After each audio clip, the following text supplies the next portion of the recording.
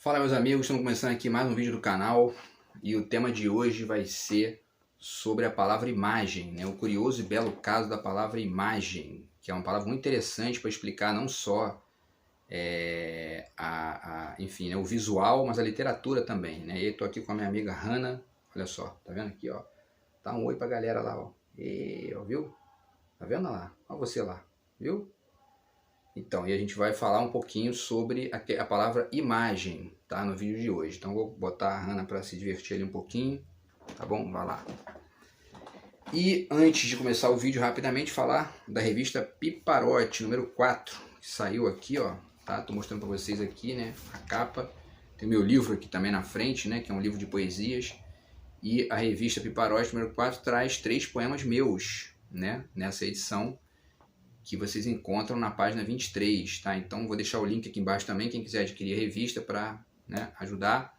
E ao mesmo tempo também para poder curtir os poemas aí, depois me dizer o que acharam, né, e tal, tá?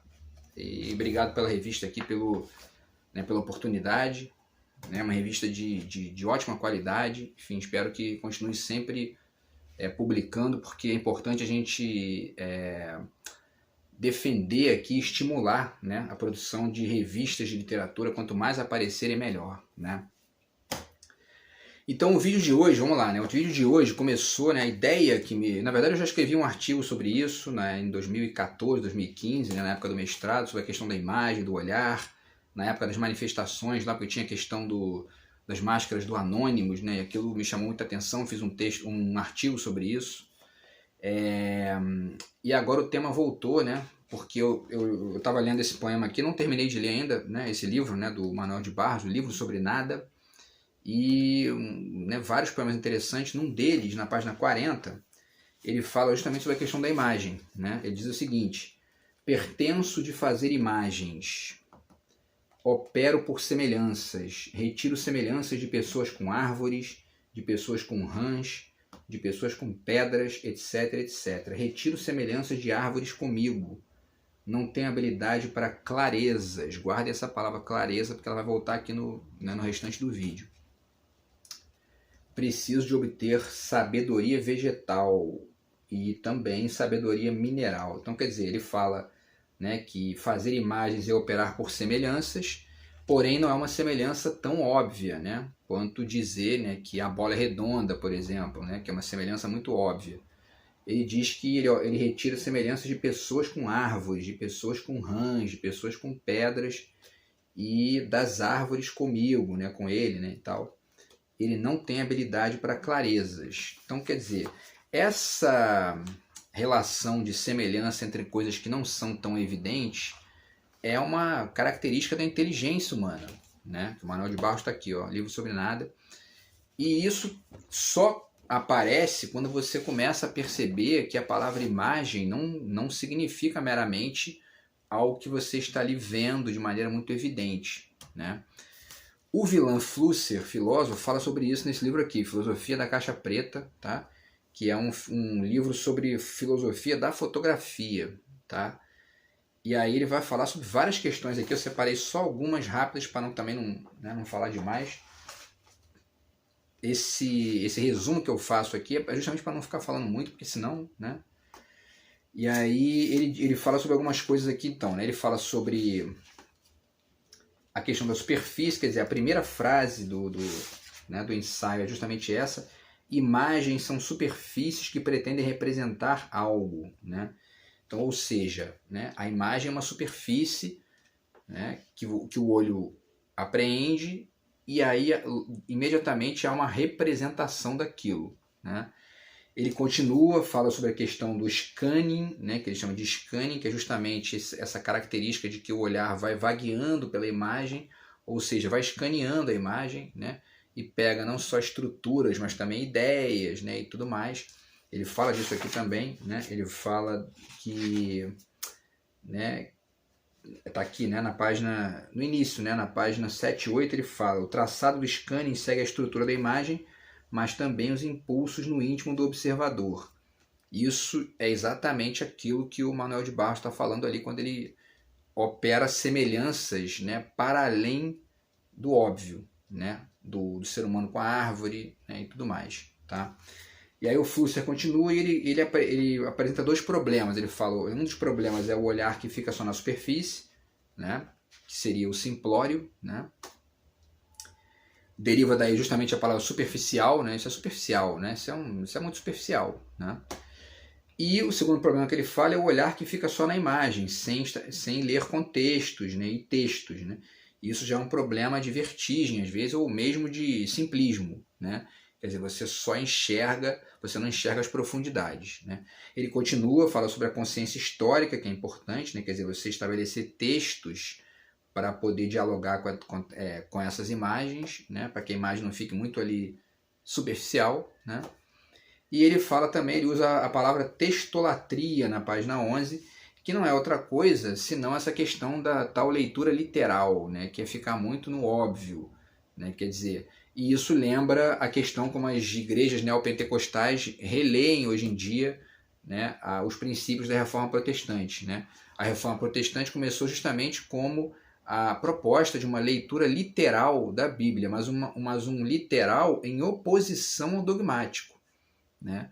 As igrejas neopentecostais atuais, essas que a gente vê aí proliferarem em cada esquina, né, destruindo cinemas e tudo mais, elas na verdade trabalham com a ideia de um literal que é um literal dogmatizado, né?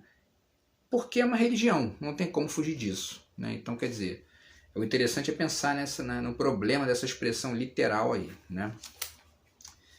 E aí a gente continua na reflexão, quer dizer, vamos voltar para a palavra imagem, né? Vamos pegar os sentidos da palavra imagem, tá? Primeiramente a etimologia. A palavra imagem nasce de uma palavra latina chamada imago, né? A palavra imago. E essa palavra imago significava, né? Eu não trouxe aqui o dicionário, né, de etimologia porque é muito pesado, então eu anotei aqui, né? A palavra imagem vem do latim imago, que significa o que imita, semelhança, como o Manuel de Barros pondera ali, e retrato, né? Fazer um retrato da coisa, né? E ela gera a palavra imaginare, que deriva de imago, né? Que é formar uma imagem mental, né? E aí tem a palavra imitare também, porque esse prefixo im significa justamente importar, movimentar para dentro. Quer dizer, então a imagem, e aí é interessante porque existem certas distinções aí entre imagem e imagem. Uma coisa é imagem, outra é imaginação. Não é não. Porque imaginar é justamente criar uma imagem mental de alguma coisa. E não existe para o ser humano que trabalha com linguagem, que trabalha com sentido, com simbólico, né? Não existe para o ser humano imagem sem uma ideia. E essa palavra, justamente imagem, para os gregos, ela correspondia ao termo eidos, que é justamente ideia e é trabalhado pelo Platão, né? Então, enfim, e aí porque o olho é muito importante para o ser humano, né? Existem até animais aí que não usam o olho, né?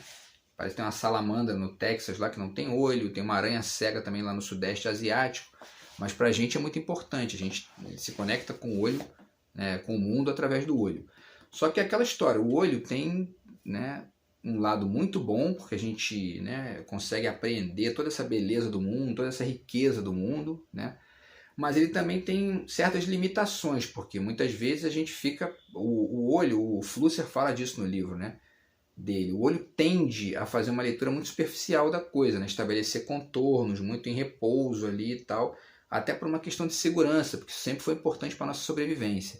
Só que do ponto de vista cognitivo, isso muitas vezes atrapalha a gente a enxergar profundidades, porque a gente fica às vezes viciado em olhar só para a superfície, né?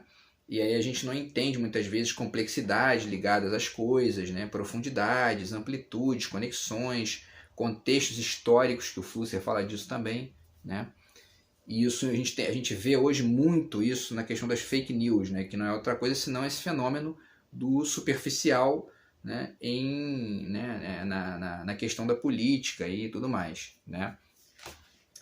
Agora, vamos ver o tempo aqui, essa dialética entre a luz, né? Sim, vale falar só de uma outra coisinha rápida aqui, quer dizer, essa questão da palavra, né, imagem, né?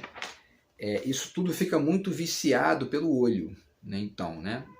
E aí a gente tem aqui, né, quer dizer, a palavra luz significa erudição, inteligência, né, no dicionário de sinônimos, né? Clareza significa transparência, como se você, né, o que está claro, ou seja, iluminado, é sempre, né, está totalmente dito, né? O que a gente vai ver que não é assim que funciona, né? Elucidar significa resolver, né? Que também às vezes não é bem isso, porque, né, a luz nem sempre diz tudo sobre a coisa, né? Muitas vezes não diz, na maioria das vezes não diz, né? Evidência de ver, né? Evidência significa prova, né? Enfim, lucidez, né? De luz, percepção clara. Esclarecer significa explicar, quer dizer, tornar claro, né? E ilustrar significa explicar também, que é de luz também, né?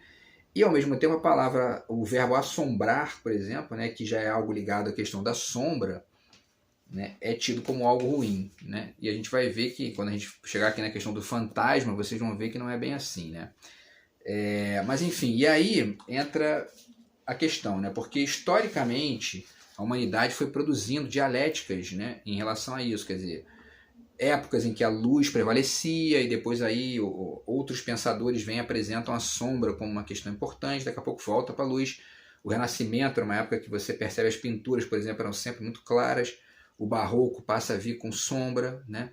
Depois vem o Iluminismo, que volta à luz a ser importante, luz passa a ser inclusive um sinônimo de razão, né?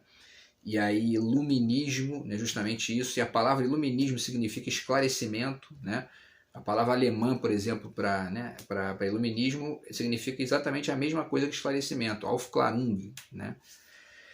E é interessante por quê, né? Porque o iluminismo é um ponto importante para a gente aqui, porque uma das maneiras de enxergar o que é o iluminismo está nessa crônica aqui, nesse livro de crônicas, né, Contra o Esquecimento, do Luiz Augusto Fischer. E tem uma crônica aqui muito interessante, na página 23, que chama justamente Democracia sem Iluminismo. Tá?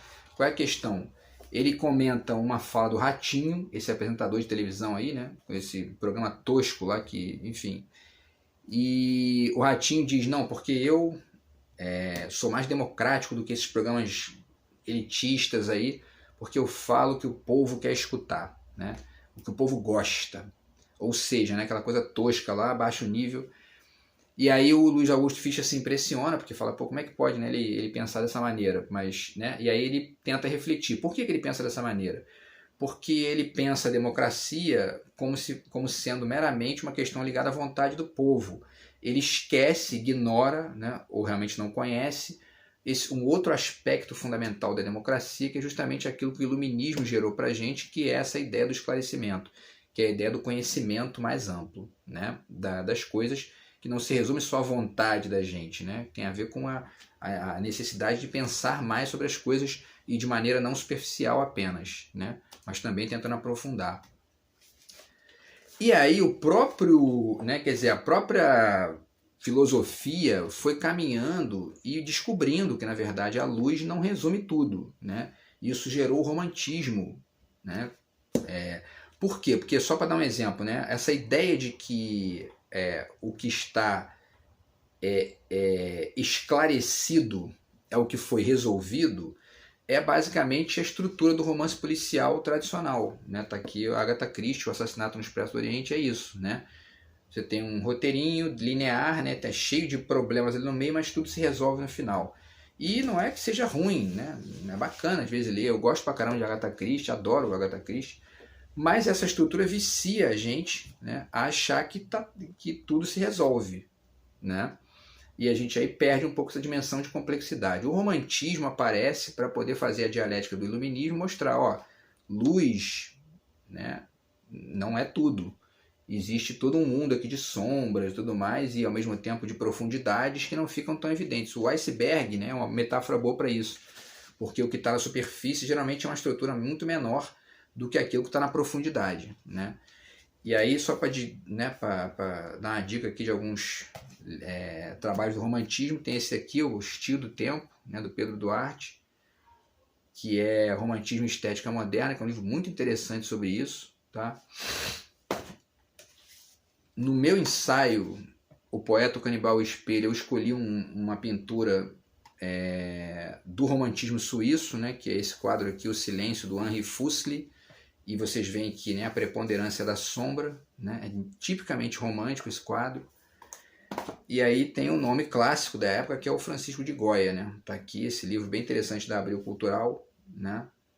Tá, e aí vocês podem perceber que as pinturas são sempre, né, quase sempre, né, com, enfim, com a cor, né? Tá aqui a Magia desnuda, né? Pode ver que, né, a predominância é da cor preta, né? Quer dizer, do sombreado, tá? Enfim, e aí, vamos ver o tempo aqui. Vou fazer uma sequência aqui para poder, né, mostrar mais sobre isso, né? Quer dizer, o Guy de Maupassant, no final do século XIX, né, escreve esses trabalhos aqui, que são contos fantásticos, e num dos contos desse livro, ele apresenta, né, ele faz uma retomada disso de novo, né, já a partir de uma época ali, que é a época do simbolismo e tudo mais. E tem um conto aqui muito interessante chamado Carta de um Louco, na página 54, na qual ele trabalha essa questão, quer dizer, né, do quanto que o olho, né, quer dizer, os órgãos dos sentidos, eles apresentam o mundo para a gente de uma forma muito limitada. Né? Ele fala de todos os sentidos aqui, e do olho principalmente. Né? E aí ele fala em 54, ele diz, né, eu vivia como todo mundo, contemplando a vida com os olhos abertos e cegos do homem, sem me espantar e sem compreender. Quer dizer, os olhos abertos e cegos são os que não se espantam. Né? Quer dizer, é interessante que ele trabalha a cegueira justamente como um sinônimo do superficial. Né? Muito interessante porque remete àquilo que o Flusser estava falando, quer dizer, para a gente ver como é que a imagem ela não é exatamente só o superficial. Né? Por isso que é um caso curioso e belo, né? O da palavra imagem. Né? E aí ele continua, enfim, vai na 56 ele fala, né? Esse órgão, quer dizer, ele diz, né, o olho é ainda incapaz de ver o transparente, e finaliza aqui, né, a fala sobre o olho dizendo, este órgão, portanto, impõe ao espírito a sua maneira de ver, ou melhor, a sua forma arbitrária de constatar as dimensões e apreciar as relações da luz e da matéria. Quer dizer, é um arbítrio e um limite, né, uma coisa muito limitada. Né? Porque você tem que ter aquele olhar, né, da imaginação, né? Quer dizer, aquela dimensão de construção simbólica também, que carrega não só a superfície simbólica da coisa, mas toda uma profundidade ali, que a inteligência, né, só o exercício da inteligência que vai dando para a gente essa prática. Né? E aí tem vários trabalhos interessantes que falam sobre isso. Né? O Bachelard, por exemplo, nesse livro aqui chamado Estudos, né, já um trabalho do século XX, ele fala muito sobre isso. Né? Tem um capítulo aqui que ele fala, ele diz o seguinte, na página 28, né? Não digamos depressa demais que a razão marca com seu selo de unidade o mundo. Vejamos como o espírito começa quebrando a primeira imagem ao sabor das fantasias de apreensão. Veremos então que a percepção é mais antecipação do que lembrança, que ela provém menos do excitante objetivo do que do interesse subjetivo, que a prospecção sugestiva domina a inspecção objetiva. Ele continua falando que a representação clara é a representação empobrecida. Ele já trabalha o claro como empobrecido, né? Porque ele está pensando nessa coisa do complexo, do profundo, né? Do amplo. E é um mundo decomposto, é a vontade acorrentada. Né? Quer dizer, a representação clara é a vontade acorrentada. Quer dizer, porque a vontade, quando ela não está acorrentada, ela vai para o amplo, para o profundo. Né? E isso é muito as fake news que a gente está vivendo hoje em dia. Né? Você acreditar nas fake news é a sua vontade acorrentada, né? Porque você não exercita essa possibilidade importante ali e rica, que é a de você aprofundar a realidade, aprofundar aquela informação que você está recebendo para ampliar as coisas. Né? De um ponto de vista estritamente físico, né, o Richard Dawkins fala disso, né, nesse livro aqui, Desvendando o Arco-Íris, quer dizer, ele faz um traçado de como que o olho enxerga as coisas de um ponto de vista físico, né? Como que apreende as ondas, né? As diferenças de onda, infravermelho, né? Ultravioleta e tal. É bem interessante e ele fala disso na página 82 e de certa forma no livro todo. Tá? Eu só não gosto muito desse título Desvendando o Arco-Íris porque ele é meio iluminista, né? Estrito senso, né? Como se a ciência desvendasse o arco-íris, né? Quer dizer, desvendasse, né, retirasse a venda, ou seja, né, resumisse, resolvesse a questão, né? Então talvez fosse o caso do Richard Dawkins acessar mais o romantismo também para poder pegar esse outro lado da história, né? O Mia Couto pegou esse outro lado da história, então quer dizer, ele traz para a gente aqui nesse livro Histórias Abençonhadas, né, um conto chamado Cego Estrelinho, que é um conto genial, adoro esse conto, talvez o conto preferido aqui que eu, né, meu, do Mia Couto. E nessa história tem um cego, né, chamado Gigito Efraim, e o cego, ele tem um guia, né, que é, aliás, o cego é o estrelinho, né, e aí ele tem um guia chamado Gigito Efraim, e o guia narra o mundo para ele de uma forma bela, né, quer dizer, ele representa ali as imagens de uma forma bonita para o Gigito, para o estrelinho, e o estrelinho vive feliz e tal com isso, e de repente o Gigito tem que ir para a guerra. No que ele vai para a guerra, a irmã dele vem para poder substituir ele, chama-se Infelizmina, o nome da irmã dele, que é uma moça triste. E ela passa a narrar o mundo para o estrelinho de uma maneira mais triste, né? Mais, né, problemática ali. E aí o estrelinho, enfim, de certa forma tem uma relação com ela, e no final ele é que passa a narrar as belezas do mundo para ela, né? Quer dizer, esse conto é muito bonito porque ele faz esse deslocamento aí, né, da luz para a importância da sombra, para uma beleza que existe na sombra também, né? Isso remete, porque eu fui pesquisar, né, para fazer esse vídeo, vou até botar aqui na descrição do vídeo o link para vocês de um documentário chamado Janela da Alma, belíssimo, né, que tem falas do Saramago, enfim. E aí o Oliver Sacks, tá, que é um cientista, né, que tem esse livro aqui, Um Antropólogo em Marte, tá? Tem uma fala dele nesse documentário que é muito interessante, que tem justamente a ver com isso que a gente estava falando aqui depois do conto do Mia Couto, tá? Ele fala justamente o seguinte aqui, eu anotei, né? O ato de ver e de olhar não se limita a olhar para fora, não se limita a olhar o visível, mas também o invisível. De certa forma é o que chamamos de imaginação, né? E aí, enfim, essa coisa de olhar o invisível, né, ou seja, aquilo que não está no superficial, como pondera lá o Wilhelm Flusser, remete à questão do fantasma, que é uma questão muito interessante que é trabalhada na filosofia, trabalhada na literatura aí, de maneira ampla, né? E eu trago aqui dois exemplos disso, né? Esse livro aqui do Agamben, chamado Estâncias, a Palavra e o Fantasma na Cultura Ocidental, que é um livraço do Agamben, tá? E aí tem vários textos interessantes aqui. Num deles, ele fala justamente o seguinte aqui, ó, na página 136, ele diz: a função do fantasma no processo cognoscitivo, né, de conhecimento é tão fundamental que se pode afirmar que ele é, inclusive, em certo sentido, a condição necessária da inteligência. O Aristóteles chega até a dizer que o intelecto é uma espécie de fantasia, né? E aí ele repete mais vezes o princípio que dominará a teoria medieval do conhecimento e que a escolástica fixará na seguinte fórmula: o homem não pode entender nada sem fantasmas, né? Quer dizer, o fantasma, na verdade, não é nenhum tipo de espírito maligno, como se, né? Justamente isso é uma espécie de corruptela da ideia da assombração como algo ruim, né? O fantasma, pelo contrário, essa instância de profundidade da conexão que a gente tem com as imagens, com o mundo, né, de maneira geral. O Deleuze também trabalha isso nesse livro aqui, Lógica do Sentido, a partir de certas análises que ele faz do Alice no País das Maravilhas e tal. O capítulo 30, se não me engano, é justamente isso, do fantasma, né, que ele fala sobre essa questão, tá? E temos outros trabalhos nesse sentido também, né? O Borges, né? Sempre ele. O Borges tem um livro chamado Elogio da Sombra, que é esse aqui, que é um dos últimos que ele escreveu, né? Que estava cego já. E nesse livro aqui ele tem vários poemas, eu destaco um aqui que é justamente chamado A Certa Sombra, 1940, na página 39, que ele fala sobre a Inglaterra, né? E aí ele fala que as sombras gloriosas da Inglaterra que não sejam profanadas, que continuem, a ilha de Shakespeare e tudo mais, né? Então, quer dizer, esse inumerável passado da Inglaterra que está ali presente, né? Porque no presente, a gente carrega todo esse passado aí, né? Das mais variadas formas, né? Das formas mais múltiplas aqui, e isso faz parte da realidade também, dessa realidade não superficial, né?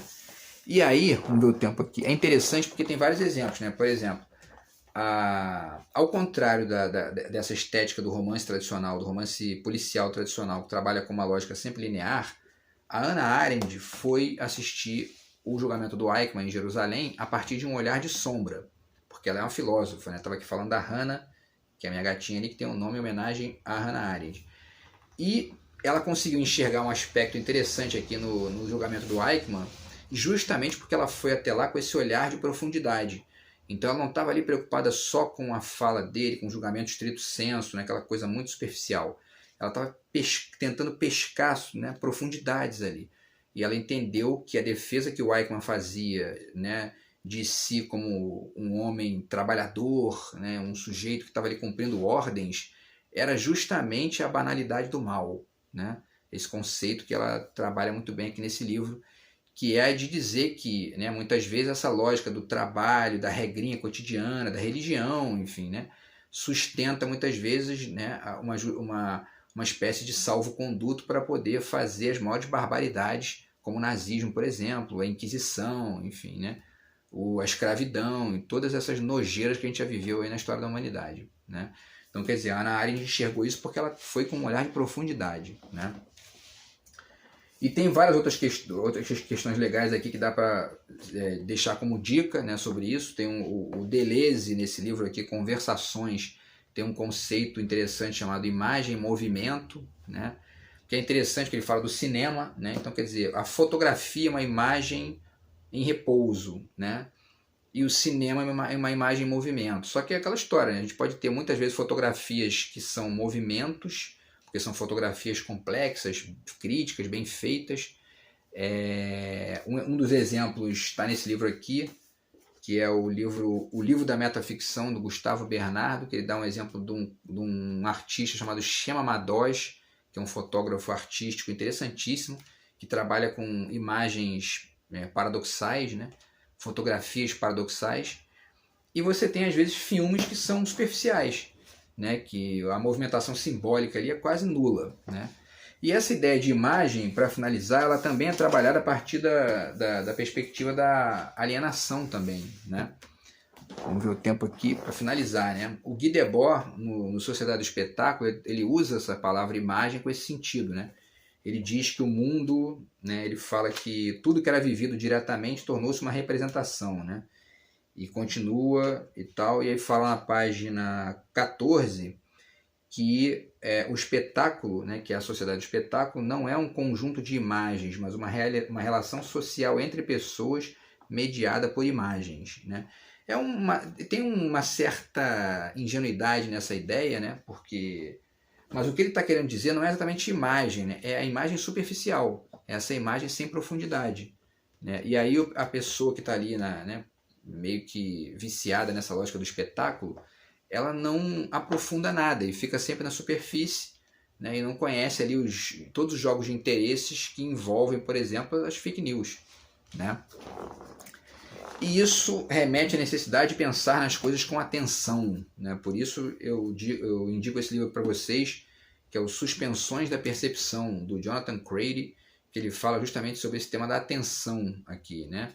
E nas mais variadas formas e perspectivas, quer dizer, a atenção tanto como algo que é importante ali, né? Ele dá o exemplo do gato, né, que fica atento, e dá para perceber aqui, né, porque elas ficam, né, a mosca passa, elas ficam ali paradas, e a atenção, o foco, né, do felino, né, esse foco é um tipo de foco importante para manter a sobrevivência, mas tem uma certa atenção também que é empobrecedora, né? Ele fala disso aqui também, né, numa das páginas ele diz, né, que, quer ver, numa citação aqui, enfim, agora acho que eu não vou achar aqui, né? Tá aqui, né? Isso também na página 99, isso também envolveria o exame das maneiras bastante diferentes em que a atenção foi ao mesmo tempo uma estratégia de controle e um locus de resistência e deriva, e com maior frequência um amálgama dos dois, né? Quer dizer, a atenção pode ser tanto uma estratégia de controle, fazer você prestar atenção só num ponto e você acaba esquecendo do resto, mas também ao mesmo tempo essa mesma palavra, atenção, que é uma relação com a imagem também, né? Ela pode ser uma deriva, ou seja, uma deriva desse controle, né? Ou seja, você ampliar o seu olhar para poder conhecer melhor as coisas, né? E aí deixo como última referência aqui esse livro, que é o Poética e Filosofia da Paisagem, do Michel Collot. Grande livro, livraço. Um dos livros mais brilhantes que eu já li, porque ele trabalha, dentre outras coisas, com o conceito de horizonte, né? Que é justamente esse olhar que vai para além do superficial, porque ele se amplia para complexidades, né? E o horizonte é isso, é uma figura que estabelece complexidades entre as coisas, né? Que ele conecta coisas diferentes, enfim. E ele fala aqui, né, em vários pontos sobre isso. Por exemplo, na página 99, né? Ele fala sobre isso, aliás, 99 não, desculpa, na 102, né? Ele fala sobre isso. O horizonte é esta dimensão do visual que escapa ao único poder dos sentidos e que abre à fronteira do visível o campo de uma segunda vista ofertada ao olho do espírito, né? Genial isso. E na página 105, ele também trabalha essa questão, né? E diz que o horizonte representa uma sorte de área transicional entre o objetivo e o subjetivo, o atual e o virtual, o real e o imaginário. A vista se prolonga no horizonte em devaneio, né? E aí continua. Tá? Então, o horizonte é uma grande metáfora para esse olhar que não fica apenas na imagem como superfície, mas que vai, né, para toda essa grandeza e essa profundidade radical e complexa que é essa parte de baixo aí do iceberg, né, vamos dizer assim, e que é toda essa riqueza da realidade, essa coisa curiosa e bela, né, que é a imagem como algo que está conectado com a imaginação e com toda essa profundidade filosófica. Beleza, pessoal? Então é isso, espero que vocês tenham gostado aí e a gente se fala no próximo vídeo do canal. Beleza? Grande abraço, até lá, fui!